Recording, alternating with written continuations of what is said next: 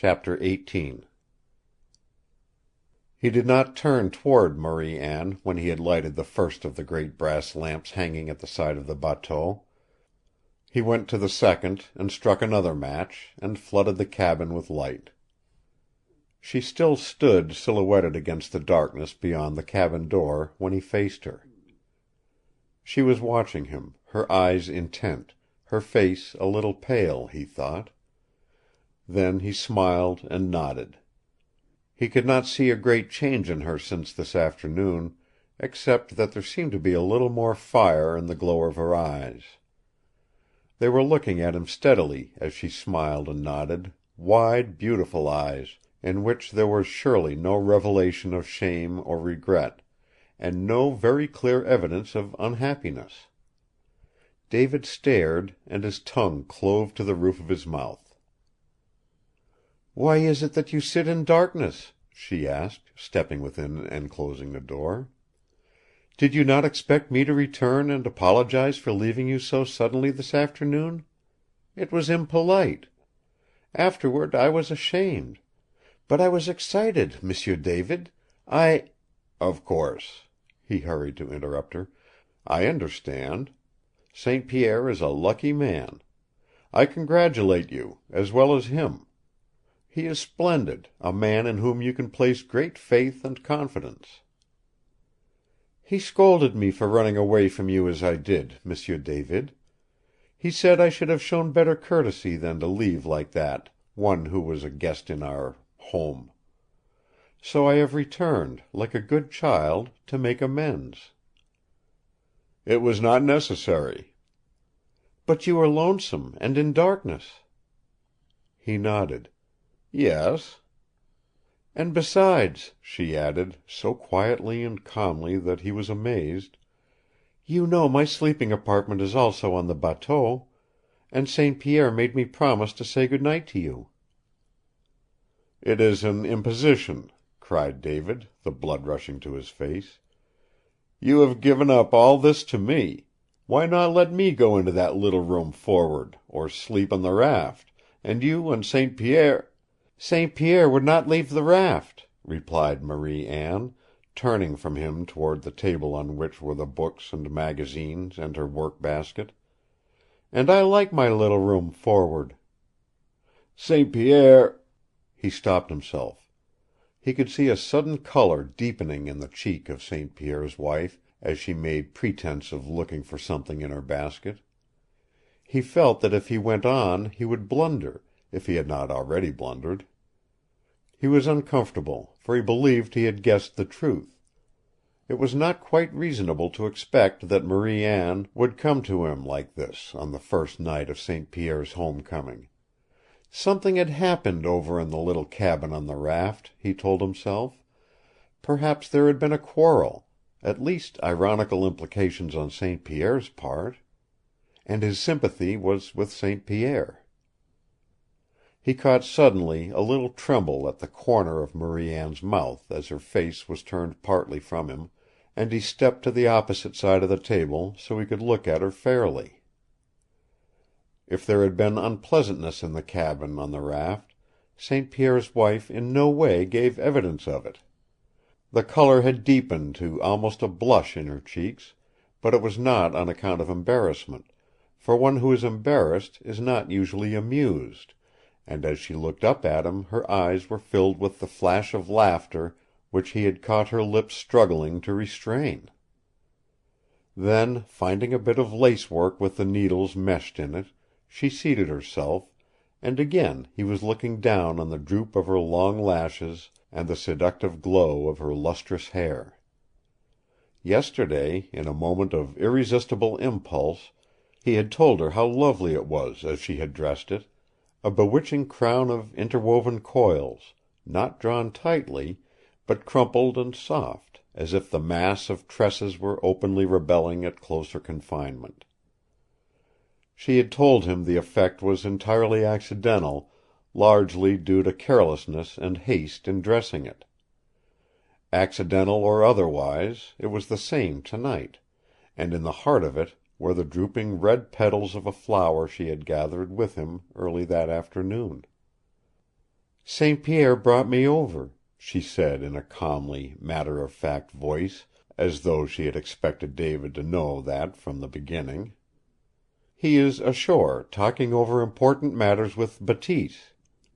I am sure he will drop in and say good night before he returns to the raft. He asked me to wait for him, here." She raised her eyes, so clear and untroubled, so quietly unembarrassed under his gaze, that he would have staked his life she had no suspicion of the confessions which St. Pierre had revealed to him. "Do you care? Would you rather put out the lights and go to bed?" He shook his head. "No, I am glad. I was beastly lonesome. I had an idea—" He was on the point of blundering again when he caught himself. The effect of her so near him was more than ever disturbing, in spite of St. Pierre. Her eyes, clear and steady, yet soft as velvet when they looked at him, made his tongue and his thoughts dangerously uncertain. "You had an idea, M'sieu David?" "That you would have no desire to see me again after my talk with St. Pierre," he said. "Did he tell you about it?" "He said you were very fine, M'sieu David, and that he liked you." "And he told you it is determined that I shall fight Bateese in the morning?" "Yes." The one word was spoken with a quiet lack of excitement, even of interest. It seemed to belie some of the things St. Pierre had told him, and he could scarcely believe, looking at her now, that she had entreated her husband to prevent the encounter, or that she had betrayed any unusual emotion in the matter at all. "I was afraid you would object," he could not keep from saying. "It does not seem nice to pull off such a thing as that, when there is a lady about—" "Or ladies!" She caught him up quickly, and he saw a sudden little tightening of her pretty mouth as she turned her eyes to the bit of lacework again. "But I do not object, because what St. Pierre says is right, must be right." And the softness, he thought, went altogether out of the curve of her lips for an instant. In a flash their momentary betrayal of vexation was gone, and St. Pierre's wife had replaced the work-basket on the table and was on her feet, smiling at him. There was something of wild daring in her eyes, something that made him think of the glory of adventure he had seen flaming in her face the night they had run the rapids of the Holy Ghost. "Tomorrow will be very unpleasant, M'sieu David," she cried softly. "Bateese will beat you, terribly. Tonight we must think of things more agreeable." He had never seen her more radiant than when she turned toward the piano. What the deuce did it mean? Had St. Pierre been making a fool of him? She actually appeared unable to restrain her elation at the thought that Bateese would surely beat him up. He stood without moving and made no effort to answer her. Just before they had started on that thrilling adventure into the forest, which had ended with his carrying her in his arms, she had gone to the piano and had played for him. Now her fingers touched softly the same notes. A little humming thrill came in her throat, and it seemed to David that she was deliberately recalling his thoughts to the things that had happened before the coming of St. Pierre. He had not lighted the lamp over the piano, and for a flash her dark eyes smiled at him out of the half-shadow. After a moment she began to sing. Her voice was low and without effort, untrained, and subdued as if conscious and afraid of its limitations, yet so exquisitely sweet that to David it was a new and still more wonderful revelation of St. Pierre's wife. He drew nearer until he stood close at her side, the dark luster of her hair almost touching his arm, her partly upturned face a bewitching profile in the shadows. Her voice grew lower, almost a whisper in its melody, as if meant for him alone. Many times he had heard the Canadian boat song, but never as its words came now from the lips of Marie Anne Boulain. "Faintly as tolls the evening chime, our voices keep tune and our oars keep time. Soon as the woods on shore look dim, we'll sing at St. Anne's our parting hymn. Row, brothers, row, the stream runs fast. The rapids are near, and the daylight's past. She paused, and David, staring down at her shining head, did not speak. Her fingers trembled over the keys. He could see dimly the shadow of her long lashes, and the spirit-like scent of crushed violets rose to him from the soft lace about her throat and her hair. "It is your music," he whispered. "I have never heard the boat song like that."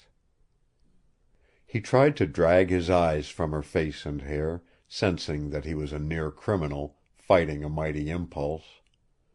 The notes under her fingers changed, and again, by chance or design, she was stabbing at him, bringing him face to face with the weakness of his flesh, the iniquity of his desire to reach out his arms and crumple her in them.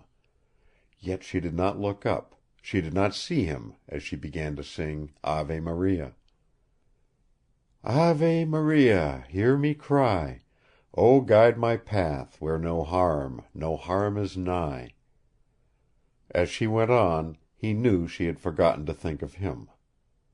With the reverence of a prayer the holy words came from her lips, slowly, softly, trembling with a pathos and sweetness that told David they came not alone from the lips, but from the very soul of St. Pierre's wife. And then, O Mother, hear me where thou art, and guide my aching heart, my aching heart. The last words drifted away into a whisper, and David was glad that he was not looking into the face of St. Pierre's wife, for there must have been something there now which it would have been sacrilege for him to stare at, as he was staring at her hair. No sound of opening door had come from behind them. Yet St. Pierre had opened it and stood there, watching them with a curious humor in eyes that seemed still to hold a glitter of the fire that had leaped from the half-breed's flaming birch logs. His voice was a shock to Carrigan. "Peste, but you are a gloomy pair," he boomed. "Why no light over there in the corner, and why sing that death song to chase away the devil when there is no devil near?" Guilt was in David's heart, but there was no sting of venom in St. Pierre's words, and he was laughing at them now, as though what he saw were a pretty joke and amused him. "Late hours and shady bowers. I say it should be a love song or something livelier," he cried, closing the door behind him and coming toward them. "Why not Enroulant ma boule, my sweet Jeanne? You know that is my favorite." He suddenly interrupted himself, and his voice rolled out in a wild chant that rocked the cabin. "The wind is fresh, the wind is free, en roulant ma boule. The wind is fresh, my love waits me, roulis roulant ma boule roulant. Behind our house a spring you see, in it 3 ducks swim merrily, and hunting the prince's son went he, with a silver gun right fair to see." David was conscious that St. Pierre's wife had risen to her feet, and now she came out of shadow into light, and he was amazed to see that she was laughing back at St. Pierre, and that her 2 forefingers were thrust in her ears to keep out the bellow of her husband's voice. She was not at all discomfited by his unexpected appearance, but rather seemed to join in the humor of the thing with St. Pierre, though he fancied he could see something in her face that was forced and uneasy.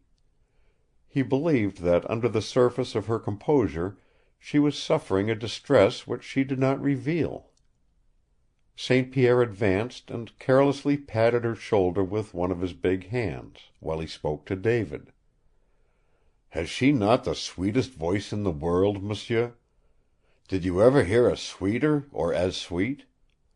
I say it is enough to get down into the soul of a man, unless he is already half dead. That voice!" He caught Marie Anne's eyes. Her cheeks were flaming. Her look, for an instant, flashed lightning as she halted him. "Ma foi, I speak it from the heart," he persisted, with a shrug of his shoulders. Am I not right, Monsieur Carrigan? Did you ever hear a sweeter voice?" "It is wonderful," agreed David, wondering if he was hazarding too much. "Good! It fills me with happiness to know I am right.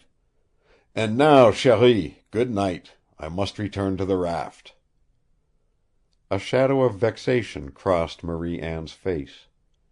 "You seem in great haste." "Plagues and pests! You are right, pretty voice. I am most anxious to get back to my troubles there, and you—" "Will also bid M'sieu Carrigan good night," she quickly interrupted him. "You will at least see me to my room, St. Pierre, and safely put away for the night." She held out her hand to David. There was not a tremor in it as it lay for an instant soft and warm in his own. She made no effort to withdraw it quickly, nor did her eyes hide their softness as they looked into his own. Mutely David stood as they went out.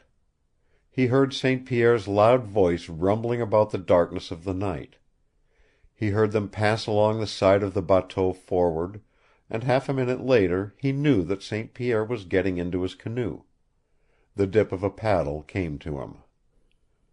For a space there was silence, and then, from far out in the black shadow of the river, rolled back the great voice of St. Pierre Boulain, singing the wild river chant, En roulant ma boule. At the open window he listened. It seemed to him that from far over the river, where the giant raft lay, there came a faint answer to the words of the song. End of chapter 18. Recording by Roger Moline.